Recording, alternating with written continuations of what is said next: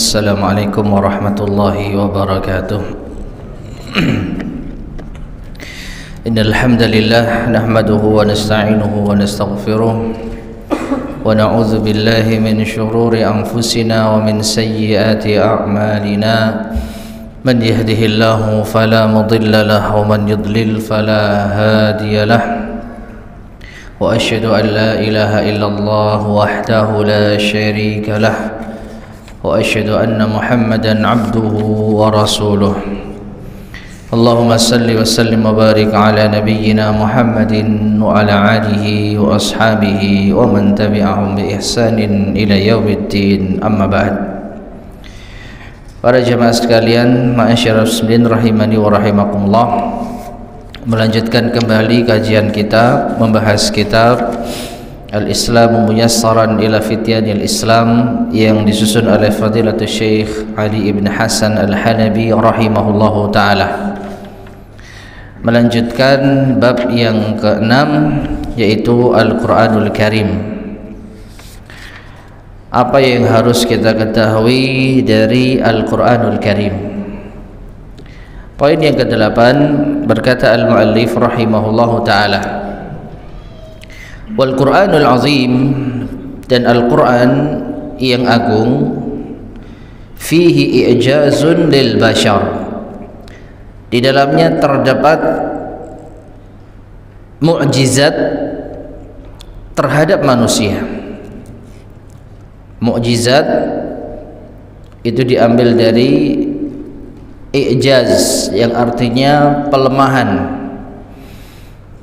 Karena mukjizat itu melemahkan manusia, menjadikan manusia lemah. Jadi Rasulullah SAW diberi mukjizat Al-Quran, menunjukkan bahwasanya Al-Quran itu menjadikan manusia terasa lemah.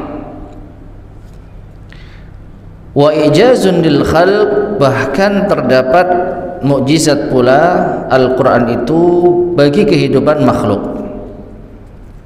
Fahuwa kitabullahi alladhi la yastati'un an ya'tu bimithlihi, maka Al-Quran adalah kitab Allah yang mereka manusia tidak mampu untuk mendatangkan yang semisalnya. Au yatakallamu bima yushbihuhu, atau berbicara dengan menyerupainya. Jadi ma'asyiral muslimin rahimani wa rahimakumullah, Al-Quran adalah mukjizat yang Allah Subhanahu wa ta'ala berikan kepada Nabi kita Muhammad sallallahu alaihi wasallam. Dan di antara fungsinya adalah untuk melemahkan manusia, menunjukkan kelemahan manusia. Karena apa? Tidak ada seorang pun yang bisa menandingi Al-Quran, tidak bisa mendatangkan yang serupa dengan Al-Quran. Wa in kuntum fi raibin mimma nazzalna ala abdina fa'tu bi suratin min mithlih wad'u syuhada'akum min dunillahi in kuntum shadiqin. Allah berfirman dalam surat Al-Baqarah, dan apabila kalian ragu dengan apa yang kami turunkan kepada hambaku ini, yaitu Nabi Muhammad SAW, yaitu Al-Quran yang diturunkan kepada beliau, fa'tu bi suratin min mithlih, maka datangkanlah satu surat yang semisal dengannya. Wad'u syuhada'akum min dunillah, dan kalian panggil saksi-saksi kalian. Kalian bisa memanggil siapapun yang bisa menolong kalian, in kuntum shadiqin, selain Allah, jika kalian orang-orang yang jujur. Maka tidak pernah ada seorang pun yang bisa menandingi Al-Quran, menunjukkan bahwa mereka itu lemah. Ya, mereka tidak akan mampu. Nah, inilah letak mukjizat Al-Quran. Nah, ini kemudian Allah berfirman seperti apa yang tadi kita sampaikan dalam surat Al-Baqarah ayat ke-23. Kemudian wala yastati'u ila dzalika sabila, dan mereka tidak akan mampu menempuh jalan tersebut, yaitu mendatangkan yang serupa dengan Al-Quran, satu surat saja.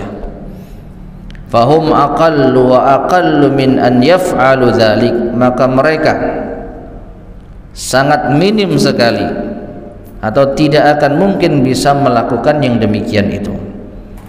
Ya, hal yang paling minim yang bisa mereka lakukan tidak mungkin bisa menyerupai Al-Quran, mendatangkan yang serupa dengan Al-Quran. Birrugmi min annahumul arabul fusaha, walaupun mereka itu adalah orang-orang Arab yang berbahasa fasih. Alladzina nazala al-Qur'anul karimu bilughatihim wa ma ya'rifunah, yang Al-Quran itu turun dengan bahasa mereka dan dengan bahasa yang mereka pahami pula. Lakinnahum ma'a dzalik, akan tetapi mereka bersamaan dengan itu ajizu, lemah, tidak mampu andalik dari membuat yang serupa dengan Al-Quran. Walam yaqdiru alaih, dan mereka tidak akan mampu melakukannya. Qala Allah subhanahu, Allah subhanahu wa ta'ala berfirman, kitabun fussilat ayatuhu qur'anan arabiyyan liqaumin ya'lamun. Al-Quran adalah kitab yang diterangkan ayat-ayatnya. Al-Quran berbahasa Arab bagi kaum yang mengetahui, dalam surat Fussilat ayat yang ketiga. Jadi ma'asyiral muslimin rahimani wa rahimakumullah, di antara kemuliaan Al-Quran, Al-Quran adalah mukjizat yang Allah turunkan kepada Nabi kita Muhammad sallallahu alaihi wasallam yang menunjukkan kelemahan manusia. Tidak ada seorang pun dari manusia yang bisa membuat serupa dengan Al-Quran. Pernah diupayakan tetapi tidak berhasil. Ya, ada kisah dari orang-orang di masa Musailamah Al-Kadzab, atau di antara hal yang diperbuat oleh Musailamah Al-Kadzab membuat satu ayat yang serupa dengan Al-Quran.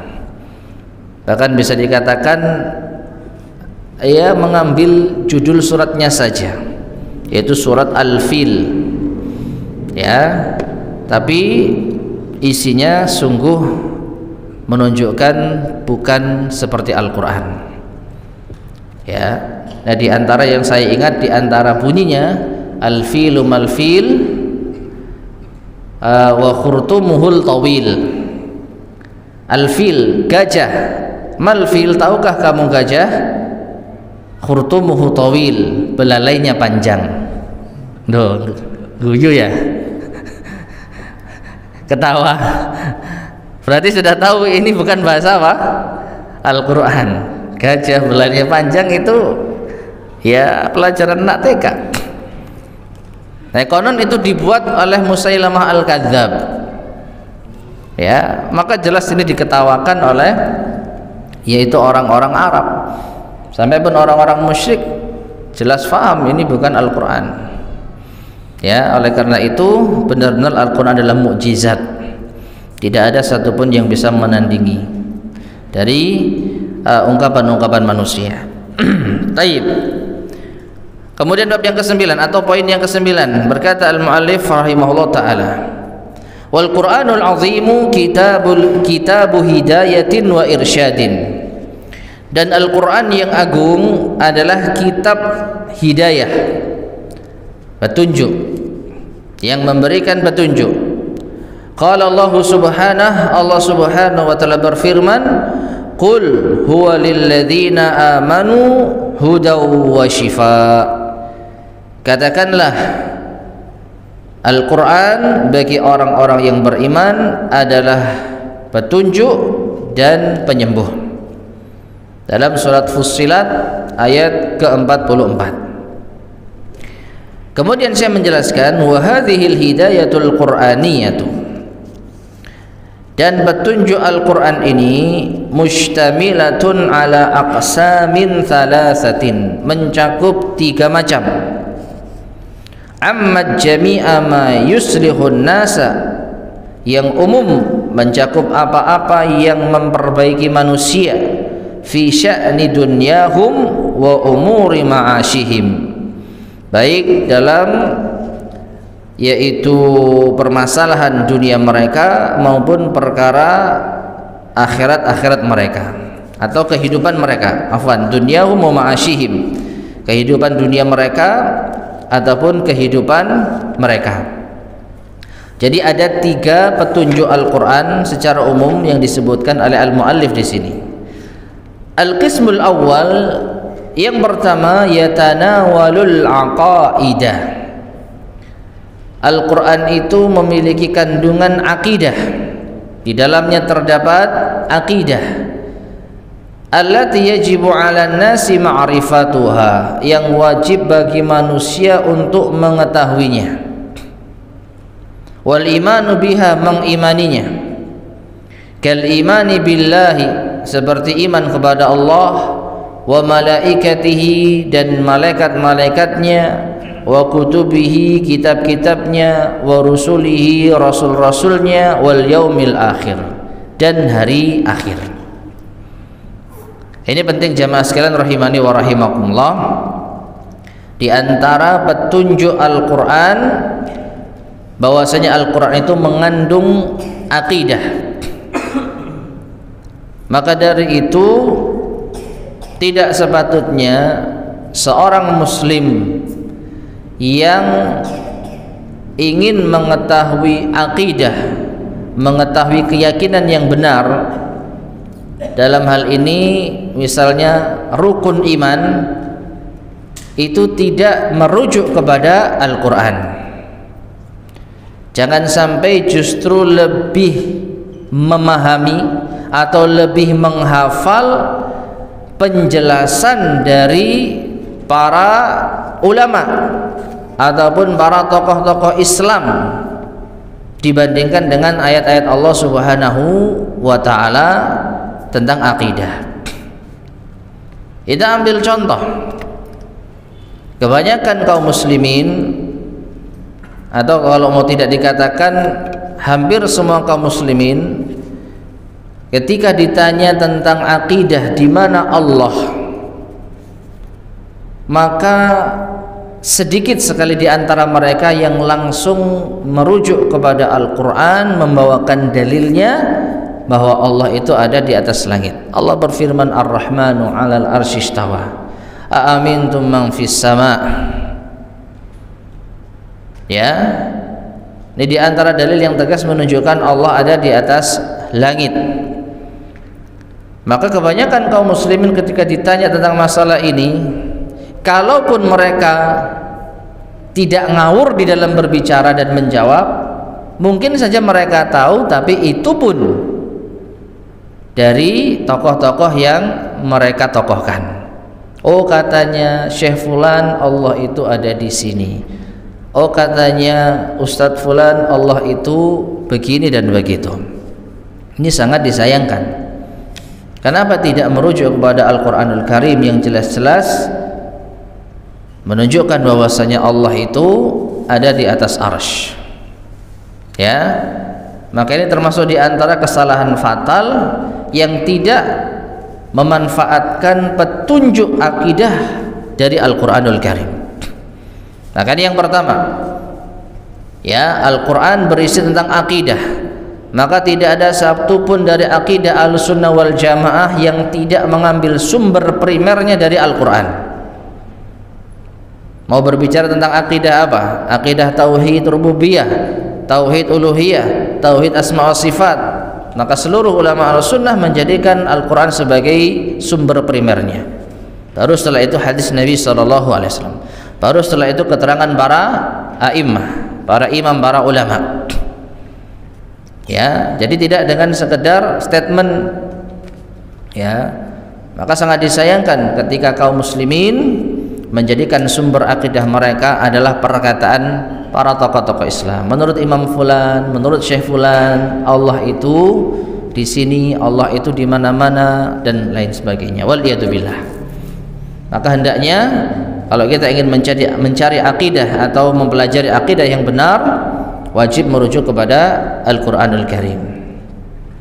Al-qismu tsani, petunjuk yang kedua di dalam Al-Qur'an adalah yatanawalul ahkam asy-syar'iyyah, mencakup hukum-hukum syar'i, allati min khilaliha ya'budun nasu rabbahum, yang dari sinilah manusia itu beribadah kepada Rabb mereka.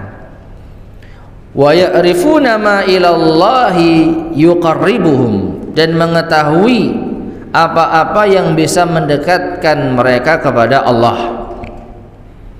Wa yantahuna amma anhu yub'iduhum, dan dari hukum-hukum syar'i di dalam Al-Qur'an mereka bisa menjauhi apa yang dapat menjauhkan mereka dari Allah Subhanahu wa taala.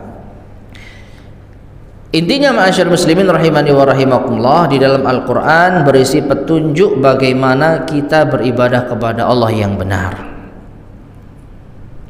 Dan di antara petunjuk yang sangat jelas tentang hal ini, Allah Subhanahu wa taala berfirman, "Wa ma ataakumur rasulu fakhudhuhu wa ma nahakum anhu fantahu." Dan apa yang Rasul bawa kepada kalian ambillah, dan apa yang Rasul larang dari kalian tinggalkanlah. Nah, kalau kita mau beribadah yang benar kepada Allah, selain kita mengambil Al-Qur'an sebagai rujukan utama, maka penjelasannya harus kita ambil dari hadis Rasulullah sallallahu alaihi wasallam. Ya, bagaimana kita salat, Allah memerintahkan secara global. Inna salata kanat 'alal mu'minina kitaban mawquta, misalnya. Sesungguhnya salat bagi orang-orang yang beriman ada waktu yang telah ditetapkan. Lalu kemudian Rasulullah SAW menjelaskan di dalam sunnahnya waktu-waktu tersebut.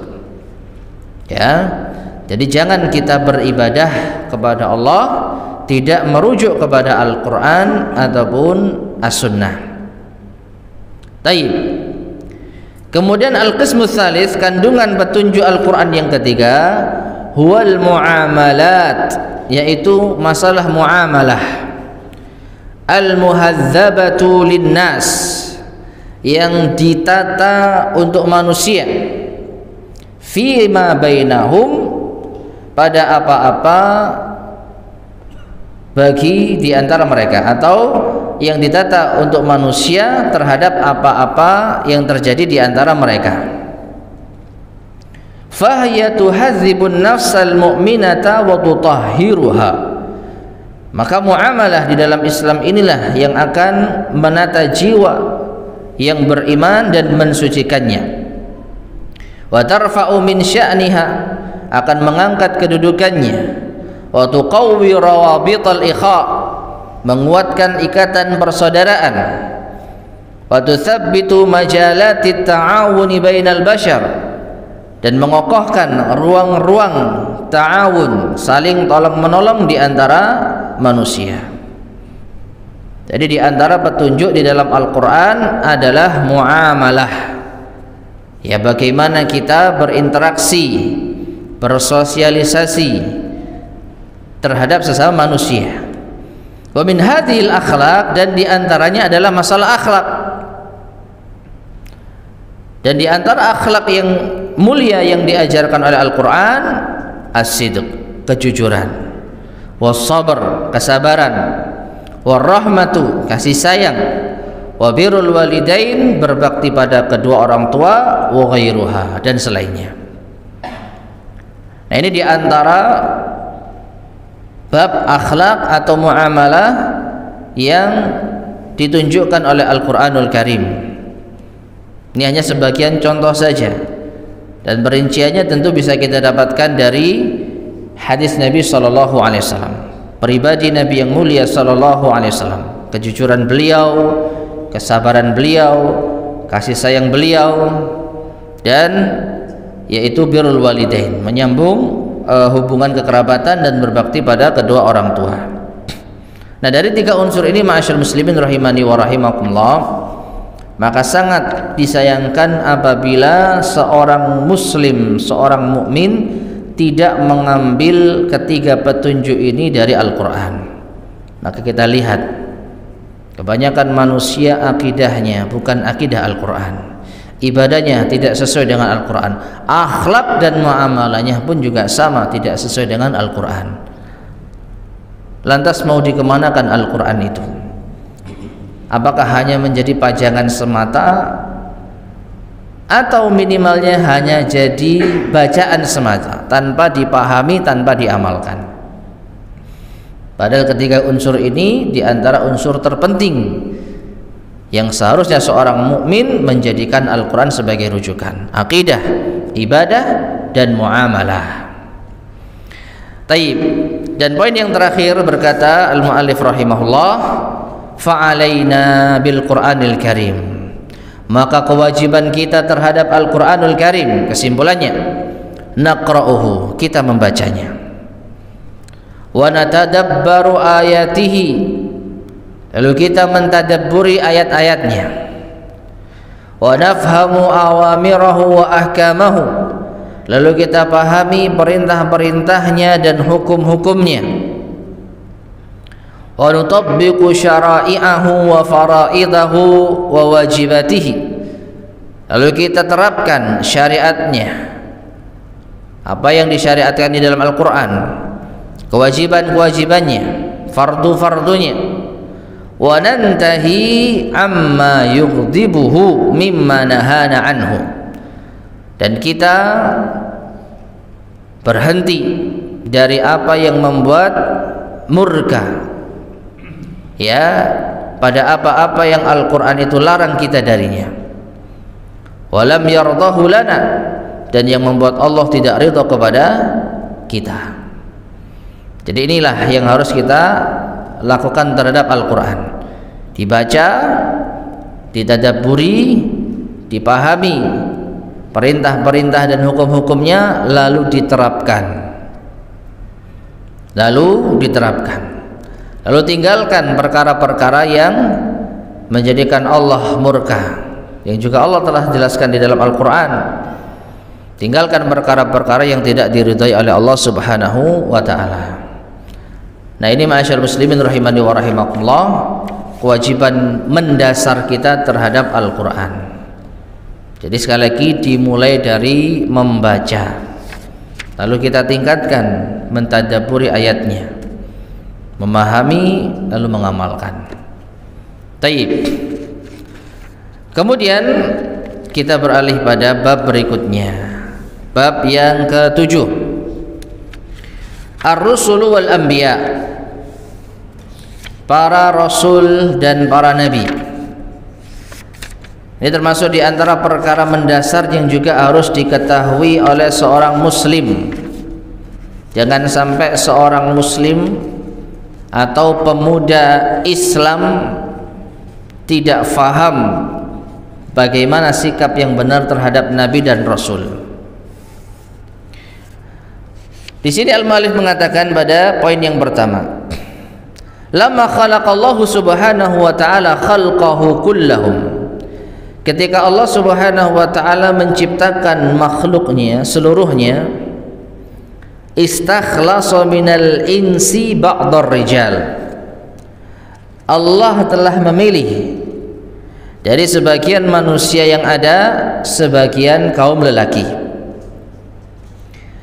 liyuhammilahum amanata tablighi awamirihi subhanah, untuk Allah tugaskan menerima amanah untuk menyampaikan perintah-perintah Allah Subhanahu wa ta'ala, wa i'lamin nasi bima yatlubuhu minhum rabbuhum, untuk memberitahukan kepada manusia apa yang dituntut oleh Rabb mereka dari mereka, wa bima yufriduhu alaihim wa yanhahum anhu, dan apa yang diwajibkan Allah kepada mereka dan apa yang Allah larang dari mereka. Para jamaah sekalian rahimani wa rahimakumullah, pembahasan tentang Rasul ini tentu ada kaitannya dengan pembahasan beriman kepada kitab. Dan telah kita terangkan iman kepada kitab yaitu iman kepada Al-Qur'anul Karim. Maka ini sangat erat kaitannya, karena Al-Qur'anul Karim tidaklah turun secara langsung kepada seluruh manusia. Artinya Allah tidak menurunkan wahyu kepada seluruh manusia. Tiba-tiba kita dapat wahyu Al-Quran misalkan, tidak. Tetapi Allah Subhanahu wa ta'ala memilih di antara sekian manusia yang ada sebagian laki-laki. Ini menunjukkan kalau Nabi dan Rasul itu hanya dari kalangan laki-laki yang Allah tugaskan untuk memikul amanah. Apa amanahnya? Menyampaikan risalah, menyampaikan perintah-perintah Allah, menyampaikan apa-apa yang Allah tuntut bagi mereka, apa-apa yang Allah wajibkan dan larang atas mereka. Qala Allahu azza sya'nuh, Allah Subhanahu wa ta'ala yang maha mulia keadaannya mengatakan, innallaha astafa Adama wa Nuha wa ala Ibrahim wa ala Imran 'alal alamin. Dalam surat Ali Imran ayat ke-33, yang artinya sesungguhnya Allah memilih Adam dan Nuh dan keluarga Ibrahim dan keluarga Imran atas seluruh alam semesta. Jadi ini dalil yang tegas bahwa Nabi dan Rasul itu pilihan Allah, yang tidak bisa seseorang mengajukan diri, tidak bisa seseorang melatih diri untuk sampai pada tingkatan Nabi dan Rasul. Tapi ini murni pilihan Allah Subhanahu wa ta'ala. Karena Allah mengatakan innallaha astafa, sesungguhnya Allah memilih nabi-nabinya dari sekian banyak manusia di alam semesta. Wa qala subhanahu wa ta'ala, dan juga Allah berfirman, wa ma arsalna min qablika min rasulin illa nuhi ilaihi annahu la ilaha illa ana fa'budun.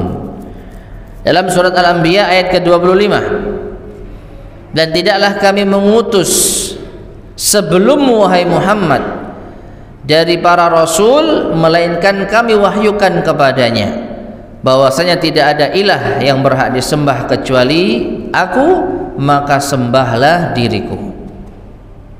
Ya, jadi ayat ini menunjukkan bahwasanya rasul itu mendapatkan wahyu dari Allah Subhanahu wa ta'ala, dan rasul itu pilihan Allah. Nah, kemudian poin yang kedua, wal gharadul asasiyyu, dan tujuan asas atau tujuan mendasar, alladzi min ajlihi ba'atsallahu rusul, yang dengannya Allah mengutus para utusan, para rasul, wa arsalal anbiya, dan mengutus para nabi, huwa da'watun nasi ila ibadatillah wa iqamati dini, ya, yaitu menyeru manusia untuk beribadah kepada Allah dan menegakkan agamanya. Nah, ini coba ditanyakan kepada pemuda-pemuda Islam, tujuan Allah mengutus Rasul itu apa? Tahu nggak mereka? Ya, untuk membuktikan bahwasanya para pemuda Islam butuh untuk belajar Islam. Mungkin di antara kita sudah paham, tapi banyak saudara-saudara kita yang belum paham. Jangankan tujuan Rasul, ditanya Nabi dan Rasul itu apa, mungkin di antara mereka nggak tahu. Ini kita tidak berbicara orang-orang di luar Islam, kita bicara sesama kaum muslimin, khususnya para pemudanya. Ya, tujuan, atau sebelum bertanya tujuan siapakah atau siapakah Nabi dan Rasul, atau apa Nabi dan Rasul itu, siapa mereka? Coba perlu kita sekali-kali ketemu orang yang ya mungkin belum kita kenal gitu ya, iseng tanya, tahu nggak Nabi dan Rasul itu apa? Kalau tahu nggak tugasnya apa? Nah, ini perlu untuk kita ketahui, ya. Maka tugas Nabi dan Rasul yang paling utama adalah berdakwah kepada manusia, menyeru kepada manusia untuk beribadah kepada Allah, untuk menegakkan agama Allah. Qala Allah Subhanahu wa taala, Allah Subhanahu wa taala berfirman. Perhatikan, nah ini kita mengamalkan arahan dari Asy-Syaikh di dalam memperlakukan Al-Qur'an. Bagaimana cara kita mengambil petunjuk dari Al-Qur'an? Contoh dalam masalah ini, masalah akidah, keyakinan. Ya, kita meyakini tujuan Allah mengutus Rasul, kita ambil dari Al-Qur'an. Apa itu? Allah berfirman dalam surat An-Nahl ayat ke-36, "Wa laqad ba'atsna fi kulli ummatir rasula an i'budullaha wajtanibut taghut." Dan sungguh kami telah mengutus pada setiap umat seorang rasul yang kami perintahkan mereka untuk menyeru kepada manusia, an i'budullah, sembahlah Allah, wajtanibut taghut, dan jauhilah taghut. Nah, ini kalau ada seorang pemuda Islam ditanya tentang Rasul dan tugas utama Rasul, lalu membawakan ayat ini, maka sungguh luar biasa. Kita beri apresiasi yang besar, ya. Tapi kalau tidak, maka inna lillahi wa inna ilaihi raji'un. Berarti kebodohan telah merajalela. Ini hal yang mendasar. Bagaimana seorang muslim tidak tahu tujuan Allah mengutus Rasulnya? Karena dari Rasulullah pintu-pintu kebaikan itu terbuka dengan izin Allah Subhanahu wa taala. Dengan Rasul Allah turunkan Al-Qur'an. Allah ajarkan Al-Qur'an melalui Rasul, yaitu Rasulullah sallallahu alaihi wasallam, dan kitab-kitab selainnya, yaitu para nabi-nabi yang lain. Kemudian walaysat iqamatud dini was salata was siyama faqat. Namun bukan hanya menegakkan agama, salat, puasa saja. Tugas Rasul bukan hanya itu. Atau menegakkan agama itu bukan hanya salat dan puasa saja. Bal hiya kullu ma amarallahu bihi ibadah. Bahkan setiap apa yang Allah perintahkan kepada hamba-hambanya, an yu'minu bihi fi qulubihim, agar mereka beriman di dalam hati-hati mereka, au yunaffiduhu fi af'alihim wa a'malihim, atau apa yang mereka terapkan di dalam perbuatan-perbuatan mereka dan amalan-amalan mereka. Nah, ini menegakkan agama. Ya, jadi agama bukan hanya mengerjakan sholat puasa saja, tapi semua apa yang Allah perintahkan kepada hamba-hambanya yang wajib untuk diimani dengan hati dan wajib dikerjakan dengan amal. Fa iqamatud din, maka menegakkan agama, tatatallabu al-imana billah, itu memerlukan keimanan kepada Allah, wa malaikatihi, keimanan kepada malaikat, wa kutubihi wa rusulihi wal yaumil akhir, beriman kepada kitab-kitabnya, kepada rasul-rasulnya, dan kepada hari akhir. Wa tatallabul a'mal as-salihah, dan menegakkan agama ini juga butuh amal saleh, wal faraid al matlubah, kewajiban-kewajiban yang dituntut, kas-salati was-siyam, seperti puasa dan siam, wa nahwihima mimma faradahullahu ala ibadih, dan selain keduanya dari apa-apa yang Allah fardukan kepada hamba-hambanya. Nah, jadi ma'asyiral muslimin rahimani wa rahimakumullah, tadi disebutkan tujuan utama Allah mengutus Rasulnya untuk beribadah kepada Allah dan menegakkan agama Allah. Dan menegakkan agama inilah yang memerlukan banyak perkara. Ya, menegakkan agama perlu keimanan di dalam hati. Mustahil orang bisa menegakkan agama Allah tetapi hatinya tidak beriman, maka menjadi orang munafik. Mustahil orang menegakkan agama Allah tapi tidak mengerjakan perintah-perintah Allah. Ya, tidak meninggalkan larangan-larangan Allah Subhanahu wa taala. Nah, para rasulullah yang menjadi pioner, yang menjadi pemandu bagi umat agar mereka bisa menegakkan agama Allah Subhanahu wa taala. Ini menunjukkan mustahil umat bisa menegakkan agama Allah tanpa kehadiran nabi dan rasul. Karena bagaimana mungkin seorang manusia tahu jalan petunjuk tanpa ada yang membimbing, tanpa ada yang membantu, tanpa ada yang memandu. Ya, sampai pun Nabi kita Muhammad sallallahu alaihi wasallam, sebegitu baiknya beliau, sebegitu bersihnya hati beliau, sebelum beliau mendapatkan wahyu, apa kata Allah Subhanahu wa taala? Alam yajidka yatiman fa'awa wa wajadaka dhallan fahada. Bukankah Allah menjumpaimu dalam keadaan yatim, lalu Allah cukupkan dirimu, dan Allah jumpai dirimu dalam keadaan apa? Dhallan, ya, tersesat. Jangan salah ya, kita tidak menganggap Nabi itu tersesat. Tapi yang dimaksud tersesat di sini adalah sebelum mendapatkan wahyu. Fahada, maka Allah beri petunjuk. Jadi sebelum Nabi SAW mendapatkan wahyu dari Allah, beliau tidak tahu jalan kebenaran. Dibuktikan dengan sejarah. Ya, beliau berdiam diri di Gua Hira, tidak tahu apa yang mau diperbuat. Secara fitrah mengingkari perbuatan orang-orang Quraisy yang menyembah berhala, tapi beliau tidak tahu mau berbuat apa yang harus dilakukan. Secara naluri fitrah Nabi meyakini itu menyimpang karena tauhid atau karena kesyirikan itu merusak fitrah atau menyelisih fitrah. Kesyirikan itu menyelisih fitrah. Jadi sefitrah beliau tahu itu kesyirikan, tapi nggak tahu apa yang harus diperbuat, apa yang harus dilakukan.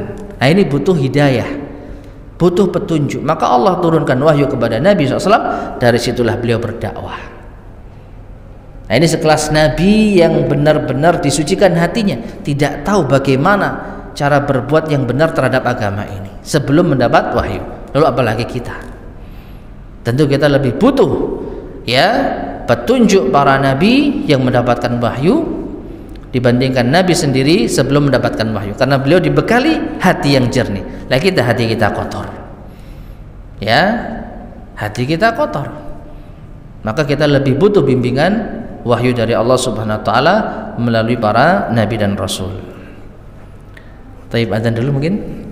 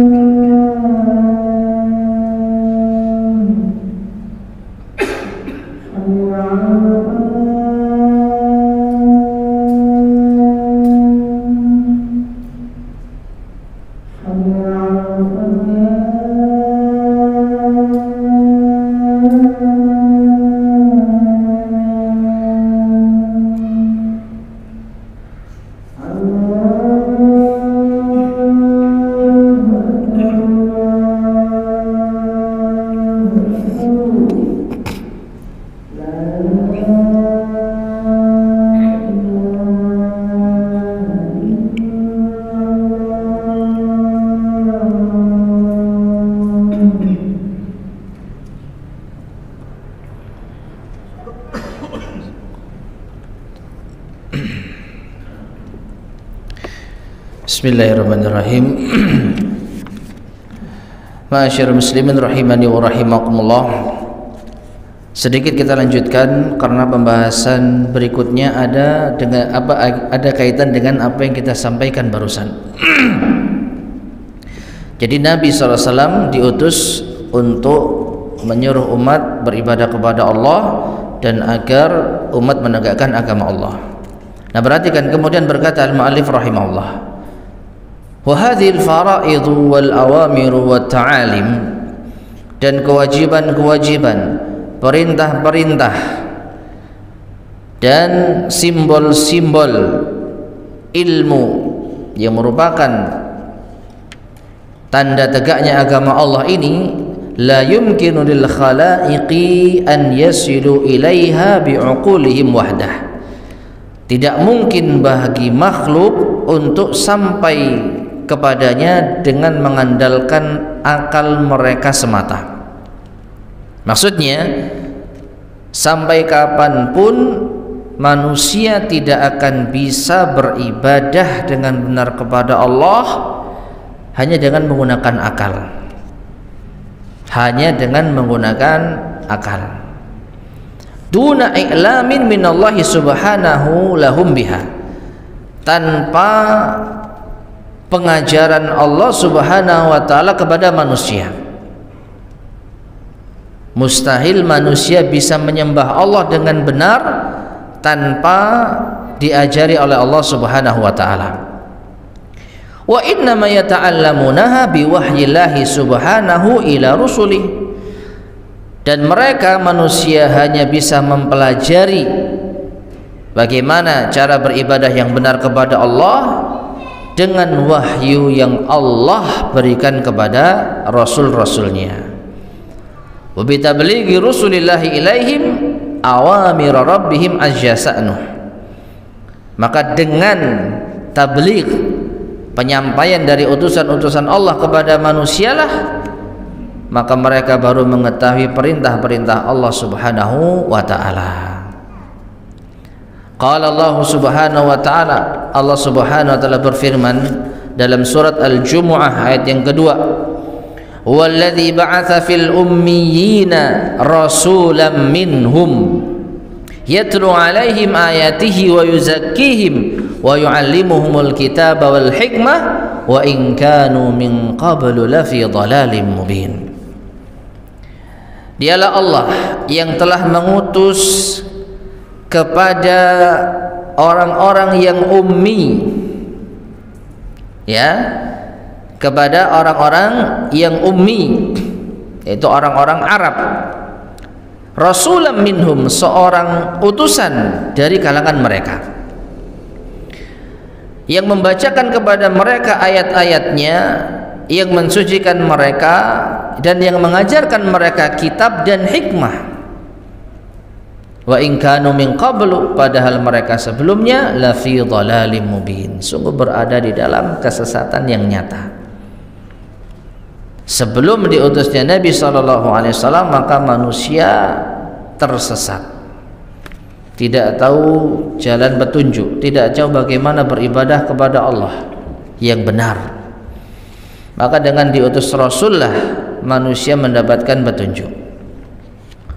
Ya, faman istajaba li rusulillahi wa anbiya'ihi, maka barang siapa yang menyambut seruan utusan-utusan Allah dan nabi-nabinya, fahuwa minal faizin, maka dia termasuk orang-orang yang beruntung. Wa man rafadha qaulahum, dan barang siapa yang menolak seruan para nabi dan rasul, walam yaqbal da'watahum, dan tidak menerima dakwah mereka, fahuwa minal khasirin, maka mereka termasuk orang-orang yang merugi. Nah, sekarang kita lihat bagaimana sikap para pemuda Islam, ya, tentang hal ini. Apakah mereka siap menerima seruan nabi mereka? Apakah mereka siap menerima petunjuk dari nabi mereka? Dan sangat disayangkan kebanyakan pemuda kaum muslimin mengambil petunjuk ya dari selain Nabi sallallahu alaihi wasallam. Entah dari kalangan yaitu orang-orang kafir atau dari kalangan idola-idola mereka, dari kalangan kaum muslimin yang tidak mengenal agama Allah. Padahal Allah mengutus nabinya untuk apa? Menunjukkan jalan kebenaran pada mereka. Dan ini ada kaitannya sekali lagi dengan apa yang telah kita bahas sebelumnya, kewajiban seorang mukmin ya terhadap yaitu tujuan hidup mereka. Pernah kita sampaikan, tahu enggak seorang pemuda Islam apa tujuan hidupnya? Kalau mereka tahu untuk beribadah kepada Allah, maka selanjutnya gimana cara beribadah yang benar? Nah, ini ada kaitannya. Kalau mereka sadar bahwasanya mereka dituntut untuk beribadah kepada Allah, tapi mereka tidak tahu cara beribadah yang benar, maka disinilah perlu kita sampaikan wajib untuk mengikuti Nabi dan Rasul yang Allah Subhanahu wa Ta'ala utus kepada mereka. Dan dalam hal ini tentu saja Nabi kita Muhammad sallallahu alaihi wasallam. Nah, sekarang kita lihat pemuda Islam seberapa perhatiankah mereka terhadap Nabi mereka sendiri yang jelas-jelas Allah utus untuk memberi petunjuk kepada mereka. Ya, justru yang ada kebanyakan pemuda Islam mengambil petunjuk kehidupan bukan dari Nabi yang mulia sallallahu alaihi wasallam. Inilah tugas kita bersama, menyadarkan pemuda Islam agar mau kembali untuk mengikuti petunjuk para nabi atau Rasul yang diutus oleh Allah Subhanahu wa Ta'ala. Secara khusus Nabi kita Muhammad sallallahu alaihi wasallam, dan secara umum beriman kepada nabi-nabi sebelum beliau. Wallahu ta'ala alam bissawab. Baik, ma'asyiral muslimin rahimani wa rahimakumullah. Ini yang bisa kita sampaikan pada kesempatan di malam hari ini. Insyaallah akan kita lanjutkan pada kesempatan berikutnya biidznillah subhanahu wa ta'ala. Sebelum kita akhiri, barangkali ada yang mau disampaikan, tafadhal silakan.